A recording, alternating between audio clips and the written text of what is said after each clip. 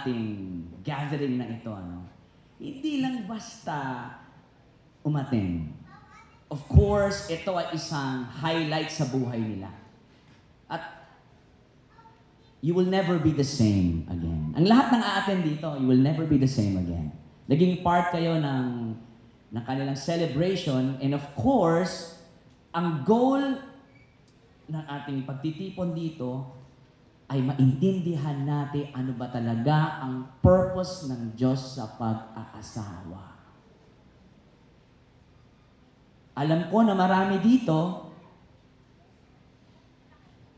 iba sawa na sa asawa. Di ba? Marami dito ang naglo-look back sa kanilang wedding day. Ano ba nangyari ng wedding day? Ganito, bakit nag-promise naman kami pero ba't ganito nangyari ng ganito, ganyan. May malaking possibility na hindi natin naiintindihan ang purpose talaga ng pag-aasawa. And lalo na sa Pinoy, minsan mas focus tayo sa wedding kesa sa marriage. Nang ginagawa natin, sige, ubusin ang pera sa wedding, pero yung marriage, wala na siyang pakialam. Okay? Pero para in order na, kasi pwedeng magbigay na ako ng opinion sa inyo, Pero in order na makita natin ay yung purpose ng Panginoon sa mga bagay na ito, bakit hindi tayo bumalik sa origin? Okay? Nung sila ay kinounsel ko, pinag-usapan namin yung idea ng Adam and Eve.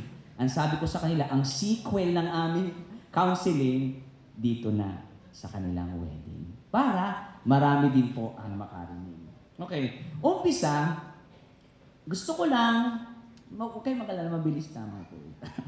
Okay. Meron lang ako mga ilang karakter na ibinigay kay Adan. Okay? Mga kapatid, sabi ng iba, most of the time, narinig ko, ang sikreto ay nasa babae. Ayun ka, sinasabi ng mga ang dictator niyan, nasa babae. May katotohanan, ang aking wife ay sobrang tibay. Siguro kung hindi siya matibay, baka wala na kami. However, ano ang design ng Panginoon? Ang babae ba talaga magki-carry? Or ang mga lalaki, we have these broad shoulders to do something. So ito po, unang-una, as we all know, si Adan ang first man. Mga kapatid, siya ang original. Hindi siya ang... Kung lahat ng tao, naghahanap tayo mga kapatid ng ating pinanggalingan, kaya nga kayo nanonood ng KMJS Di ba sa KMJS, gustong-gusto kapag kayong nawalang bata, ito na pala ang aking pinanggalingan. May something sa bawat isa na gusto nating malaman ng ating pinanggalingan. Whether naging ampun ka man o ano, meron kang gustong malaman na what if makita ko yung totoo kong nanay. Kaya kayo nakakapanood ng mga pelikulang bumabalik sa nakaraan. Napansin niyo ba yun? Meron tayong idea, tayong mga tao, na curious tayo ano ba ang ating pinanggalingan. At mga kapatid, si Adan ang ating unang pinanggalingan.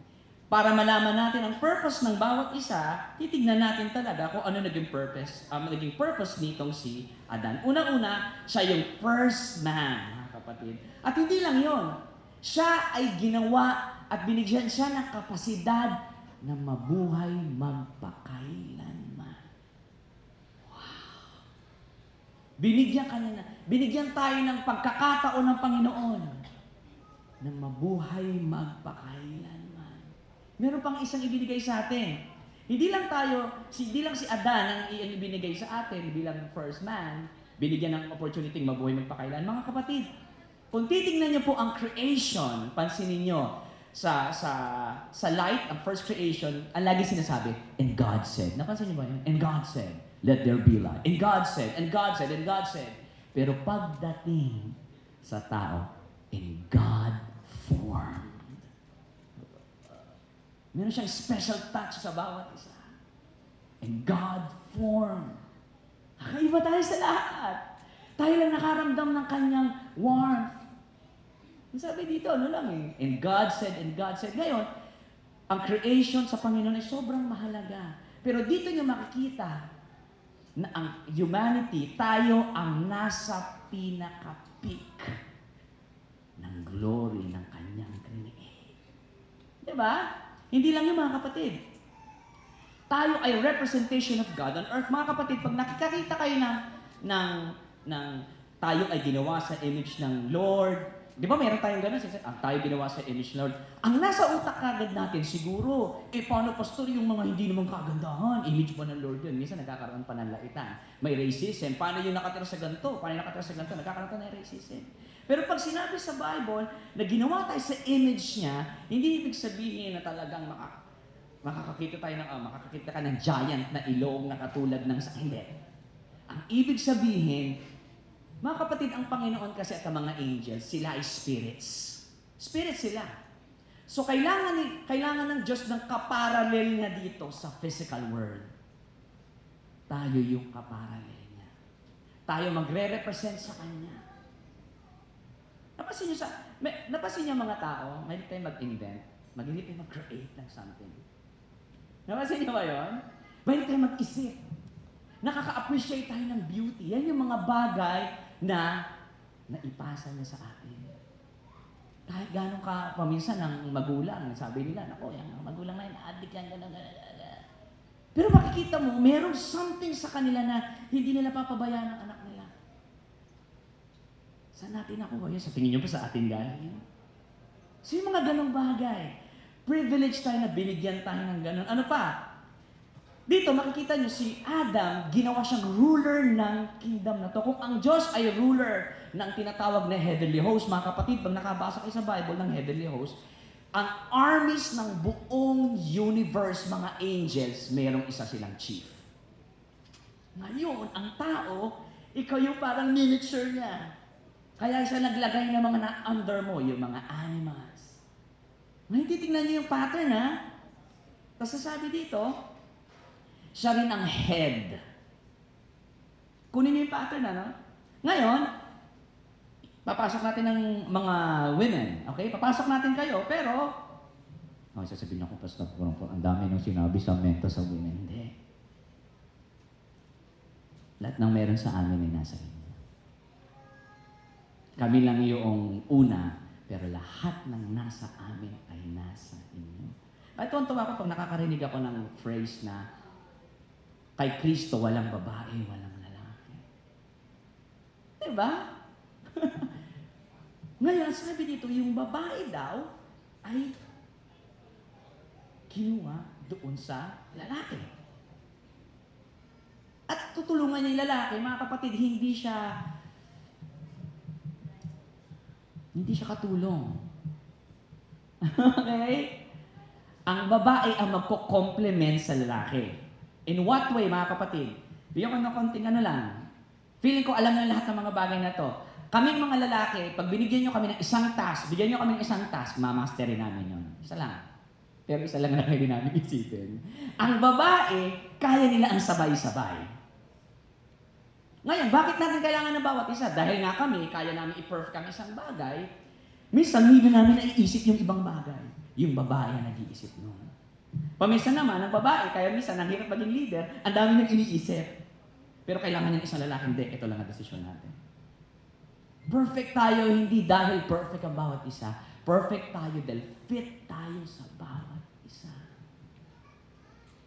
Kung lahat na lang sa basketball team nagdadunk, ang pangit, di ba? Lahat sa banda, lahat na lang kayo, gitarista, wala kumakana, ang pangit. Di ba? Ngayon, dito nyo nakikita, gaano aganda yung design na ibinigay sa atin. Sobrang ganda ng picture eh. Parang, wow! Amazing! Di ba? However, kung titignan niyo yung pattern, God, man, woman, animals. Napansin niyo ba? Ulitin ko ha. God, man, woman, animals. Diyos ang nag-create kay Adan, mula kay Adan, ina ng babae, at yung dalawang ito at si Adam, magro-rule over sila sa animals. Pero alam niyo naman ang story. Ang nangyari, ang pattern naging baliktad. Sinong sinunod ni Eva? Yung animal. Napansin niyo ba yun? Ang sinunod ni Adan, yung babae. At from there, umalis na sila sa presence ng Panginoon. Ano nangyari? Si Adam na binigyan ng kapasitinan nyo first man, si Adam ay first man, made to live forever, but brought death. Si Adam dinandagdagan ng kamatayan. Siya yung unang binigyan ng privilege na mabuhay magpakailanman, pero siya rin ang nagpasok ng kamatayan. Siya yung image ng Diyos, pero distorted na yung image. Naalala ko, nakaka-heartbroken kapag nagbabasa ka sa Bible, makakakita ka ng ang Israelites, ilang beses nilang napahiya ng Panginoon. O, di ba? Alam niyo na yan. Katulad sa atin, may mga taong hindi nagsisimba. Ayoko na sa Christian. Bakit? Pag tinanong mo yung tao, ayaw niya sa Christian, hindi niya ayaw sa Christian kasi ang Diyos ay nagkulang. Hindi. Ayaw niya sa Christian kasi yung kapitbahay niya, yung nanay niya, yung tita niya, nagki-Christian masama ugali. Imbis na yung image ng Diyos na dapat mag-represent, ibang nagiging representation natin. Di ba? Kasunod, binigyan tayo ng pagiging ruler. Pero yung kingdom ay na-destroy, mga kapatid. Sinabi sa Romans chapter 8, basahin nyo, no? Ang sabi doon, ang buong creation ay umiiyak. Mga kapatid, umiiyak ang buong creation. Bakit sila umiiyak? Nawalan sila ng silbi. Bakit? Anong silbi nila? Ang silbi nila ay para doon sa dalawa. Pero dahil nasira yung dalawa, wala na silang silbi. Kaya ang sabi sa Romans chapter 8, iniintay nila yung revelation ng mga anak ng Diyos kasi ang lahat ay nasira. At alam nyo yan. Iba ang hangin nung 1950s, 1980s. Kanina nagdadrive kami ng magkakapatid, kasi death anniversary ng aking father. So nagpunta kami sa sementeryo, tapos gano'n. Sabi ko, nostalgia tong lugar na to. Wala na ako masyado nakikita ng ganito Bakit? Tinatayuan ng ganito. Wala, nasira na lahat. Corrupted na lahat. Yung ibinigay sa atin, nawala. At ito pa malupit. Yung binigay na pagiging head ni Adan, give up niya. It seems lost. Parang wala na pag-asa. Pero mga kapatid, ito ang purpose, mga kapatid, ng marriage. At babasagin ko ang trip na lahat. Akala kasi natin sa marriage, ang akala natin, ang purpose ng lahat ng bagay sa buong mundo ay ang sinasabi ng lahat. Basta maging masaya ka, okay na yan. Narinig yan? Okay lang yan. Basta masaya ka, besh. Narinig niya ang ganyang bagay. Pero ang tanong, yun lang ba? Minsan gusto niyo na maging masaya anak niyo, bibigyan niya ng candy Tama ba yan? Diba? Ang tingin natin, ang purpose ng lahat, magkaroon tayo ng pamilya dito, graduate tayo rito. Hindi. Alam niyo sinasabi sa Colossians chapter 15, kayong lahat ay create para kay Jesus Christ. Wala nang iba. Wala, as in wala na. Period. Wala nang iba. Yan ang dahilan kung ba't may mga taong bumabagsak sa gluttony. Kung bakit ang takaw-takaw nila. Bakit sila nagda-drugs? Bakit sila dumadami ang jowa? Bakit? Naghahanap sila ng happiness na tanging kay Jesus Christ mo lang makukuha. Napasin kasi kahit kumain ka ng kumain, magugutom ka pa rin Sabi ni Jesus Christ, ako ang tinapay ng buhay. Ngayon, si Jesus Christ, mga kapatid, ang tawag sa kanya, the second Adam. Ibig sabihin, ipapakita niya ngayon paano maging isang totoong groom.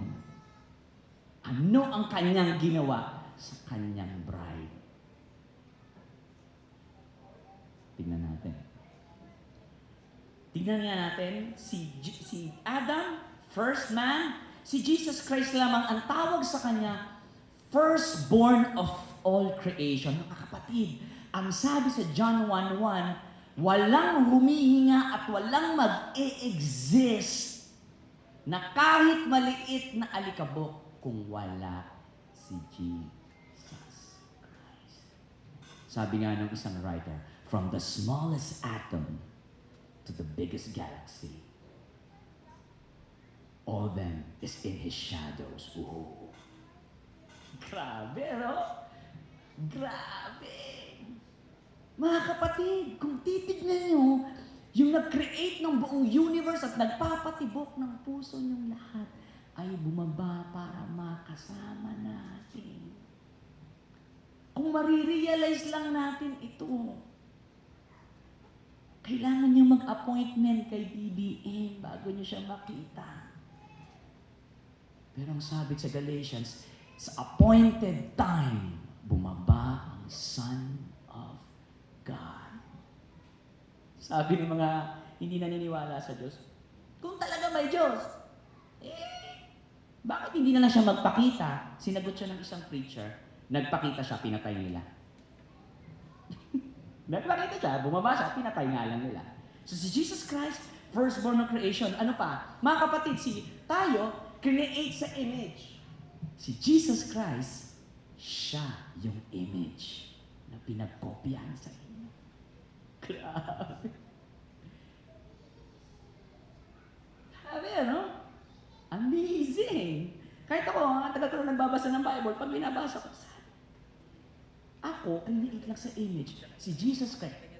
Ang ibig sabihin, mga kapatid, natatandaan niyo sinabi sa John chapter 14, ang sabi niya ganito, kung sino makakita sa akin, makakita sa Ama. Bakit? Ang Ama ay Spirit, ang God the Father ay Spirit, pero kung lahat ng makakakita kay Jesus Christ ay nakakakita sa Diyos, mga kapatid, sana ganun tayo at sana ganun kayong dalawa. Sana dumating kayo sa punto na sasabihin ni Sister Anna Gail, meron akong kilala, nakaugali niya.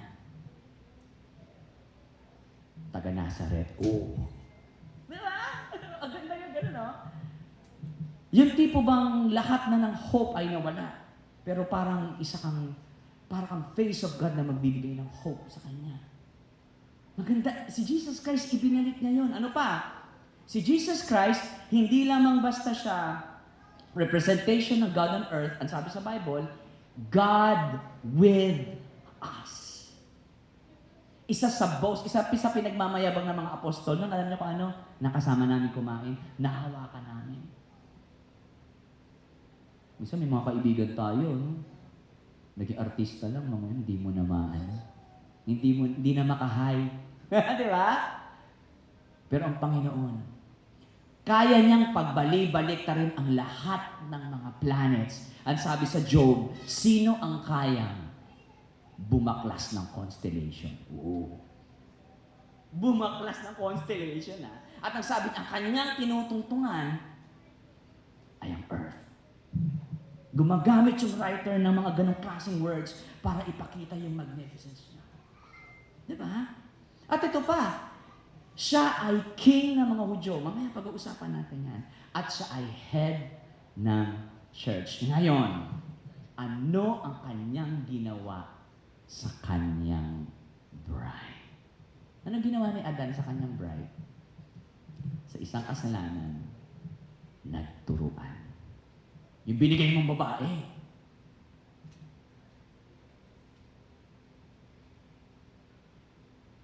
Mga kapatid,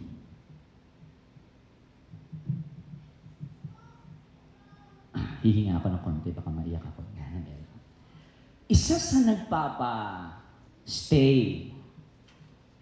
sa akin, sa Christian life, mga kapatid, is, at alam kong alam niyo yung ibig ko sabihin, ilang beses kayo nagkamali sa Panginoon, pero wala kayo narinig na sumbat, kahit isa. Sabi sa Bible, sa Corinthians, ang totoong pag-ibig daw ay hindi nagre-record ng maling ginawa. Kung talagang nagmamahal ka, ay di ba sa atin, ganyan, sumbatan. Ginawa mo yan, ikaw nagawa mo na naman. Mga babae na daw, magaling na archaeologist, magaling daw humukay na nakaraan. Pero okay lang yun kung mag-iingat, pero kung nagiging puntahan na siya ng pag-aaway, magkakaroon kayo ng malaking problema. Si Jesus, mga kapatid, na-realize nyo ba, tayong lahat may mga tao tayong hate kahit hindi nyo pa nakakausap? Di ba may ganon kayo? Sa aming mga lalaki, may ganon kami. Yung pag nakita mo na angasan ka na kagad, angas naman ito. Sa mga babae, arte ni ano. Di ba may ganun kayo? And yet, hindi niyo pa siya nakakasama.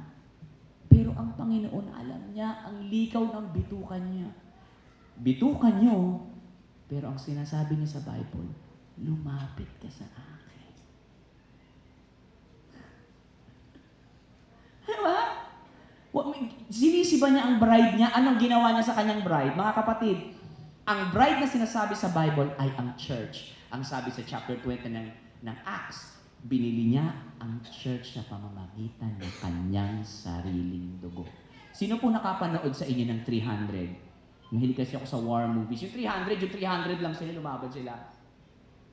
Di ba may malaking army. Yung malaking army, ang sabi nung king, gagawin kitang general, alam ba na ang lahat, naalala ko to si Mako Bex, kasama namin nanonood si Mako Bex ng 300 Alam mo ba na ang lahat ng aking servant ay mamamatay para sa akin? Sabi nung king. Ang sabi naman ni Leonidas, okay, yun ka. Pero ako, mamamatay ako para sa aking servants. Yun. At si Jesus Christ, ginawa na yun sa kanyang bride. Minsan ginagamit ng mga lalaki yung magpasakop ka sa akin. Sabi sa Bible, magpasakop. Pero kung titingnan niyo ang context, ang babaeng yun ay magpapasakop sa isang lalaki na handang mamatay para sa kanya. Hindi ko kayo bibigyan ng points or suggestion, gawin niyo to. Hindi. Ang gusto kong magbago ang perspective niyo sa Panginoon para magbago ang perspective niyo sa asawa niyo. Hindi ko kayo bibigyan ng 1, ganito gawin mo, 2. Kasi kahit bigyan kita ng ganon, kung yung heart mo ay hindi nagbabago, hindi mo siya gagawin. Pero kung magbabago ang tingin mo sa asawa mo, magbabago ang lahat. Diba? Mga kapatid, kailan ginawa ni Jesus Christ to? Sige. Kailan niya ginawa yung mamatay sa kanyang bride? Pag nakuha natin to, sobrang ganda. Kayo, kailan kayo nagbibigay ng pabor sa asawa niyo kapag may ibibigay lang siyang pabor? Kapag maganda pa siya? Kapag masarap pa siyang kausap? Tsaka mo lang ibibigay yung pabor na yon? Ang sabi sa Romans chapter 5, si Jesus Christ ay namatay habang tayo ay makasalanan. Imagine niyo si Adan. Isang kasalanan lang ang nagawa ni Eva. Dinugtog na niya, eto, binigay mo sa akin. Pero sa Bible, makikita niyo, time and time again, ang bawat Christians at mga Israelita ay napakatigas ng ulo. Alam niyo ba, ito medyo mag-iingat ako. Pero alam niyo ba kung saan dinescribe, ano ang ginamit para i-describe ang Israelites? Magiging sobrang ingat ako. Prostitute. Kung kanina-kanina pumapatol. Pero, merong isang propeta ang Panginoon, inutusan niya mag-asawa ka ng prostitute. Si Hosea. Sabi niya, mag-asawa ka ng prostitute. Bakit naman, Lord? Para makita mo ang aking pagmamahal sa Israelites. Na kahit anong gawin nila, babalik siya at babalik at tatanggapin ko siya ng tatanggapin. Diba? Kapag ganun ang pagtrato sa bride, hindi mo siya mamahalin kasi ganito siya, kundi kahit ganun siya, nakakakita ka ng pagmamahal sa kanya. Kung marirealize lang natin siya, na hindi mo siya aapakan or hindi mo siya aapakan sa mga trying times niya. Yung lubog na inaapakan mo pa. Hindi. At ang purpose ng bawat isa sa inyo, gaya na sinabi ko sa kanila, ang purpose ng buhay natin ay kay Jesus. Ang purpose ng marriage nyo ay ito.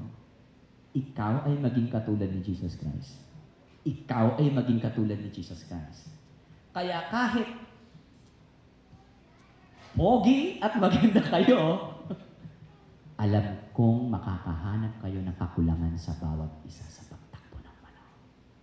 May hahanapin ka sa Kanya na hindi mo mahanap sa Kanya. May aasahan ka sa Kanya na hindi mo makakita sa Kanya. Pero pag nangyari yun, ito na yung time na binibigyan ka ng chance ng Diyos na maging katulad niya. Matututo ka ng awa.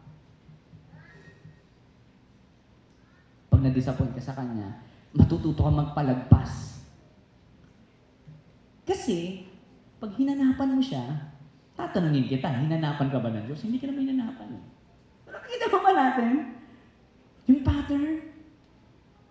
And I hope and I pray na ang ating pinag-uusapan ay hindi lang matatapos sa celebration na to. At sa lahat na nakikinig dito, itong challenge na ito ay para sa inyo. Hindi lang ito para sa mag-aasawa, sa bawat magkakapamilya. Kung titignan natin ang bawat isa na weak, kung iisipin mo ako si Jesus Christ, ako itong pinapatawad ko, ay hindi ka magsasawang magmahal. Isa sa trait ng Panginoon na hindi nawawala sa Kanya, may tinatawag siyang faithfulness. There's only one King who died for His kingdom. And it's all worth it. Ang ating Panginoong Hesukristo. Sa oras na ito, handa na ba kayong dalawa? Okay. Ako po ay magtatanong. O, i-Englishin ko muna.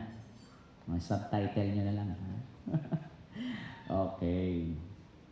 Since nandito na tayong lahat, sabi ko kay Joshua kanina, sure na ba? Nandito na ako eh. Sabi niya, nandito na ako eh. Okay. Itutuloy na natin ito. Tatanungin ko ang buong congregation, lahat ng naandito. I will ask the congregation, if you know any reason in law why Brother Joshua and Sister Anna not be joined in marriage. Meron ba kayo, may gusto po bang tumutol? Mag-object? Please declare now if you have any objection. Meron po ba? Kapag walang objections, we will proceed. Okay. Gusto ko kayong tumayong dalawa. At hinihingi ko ang best man. Asa may yun naman pala talaga. Adrian na yan eh. Ito po yung kaya ako nilolo ko, mga pamangkin ko kasi itong mga to. Pamangkin, bakit ha? Sigab nga, tawag sa akin, lolo. Ano ba yun? Okay. And yung maid of honor.